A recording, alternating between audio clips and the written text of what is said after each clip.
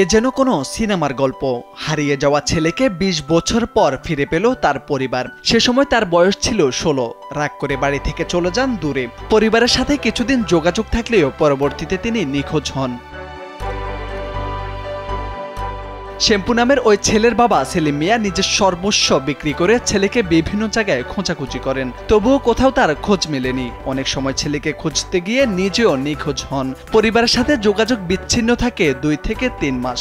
ছেলেকে খুঁজে পেতে জমিজমা সবকিছু হারিয়ে প্রায় নিঃস্ব হয়েছে শেম্পুর বাবা। বর্তমানে নদীতে মাছ ধরে কোনোমতে দিন কাটাচ্ছেন তিনি।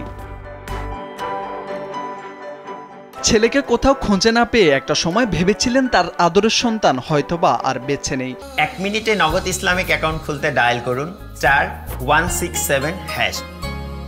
ছেলে হারানোর ব্যথা বুকে নিয়ে দীর্ঘ ২০ বছর কাটিয়ে দিয়েছেন তারা। নিজ বাড়ি বরগুনার পাথরঘাটার রায়হানপুরে অবশেষে দীর্ঘ ২০ বছর পর নিজের ইচ্ছেতেই ফিরেন শেম্পু।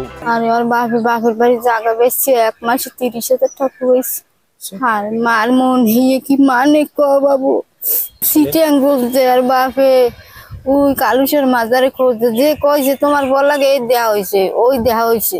আমি যাইবে গিয়ে বাপের বাড়ি জায়গা বেশি পাঠাই দিস। একাল কি পরান্ডায় লয় একাল তো বউয়ের মধ্যে লমু না কোলের মধ্যে লমু করতে নিজে খুঁজতে লঞ্চে নামছে।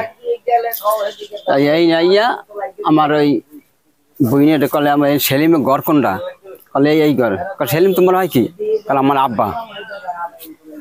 তাই যারা আমি আবার কাজ করি এই মাইয়া হলে এই মাইয়া যাইয়া হাবড়াইয়া ধরছে কান্দর সেখানে আমার কলজার আর একটু বড় হয়ে গেছে পাবার পরে।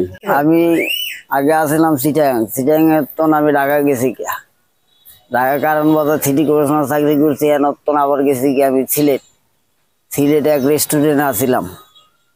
তা মহাজনকে কইলাম যে আমি দেশে যাবো গিয়া, তারা আমার টিকিট কেটে গাড়িতে উঠিয়ে দিয়েছে।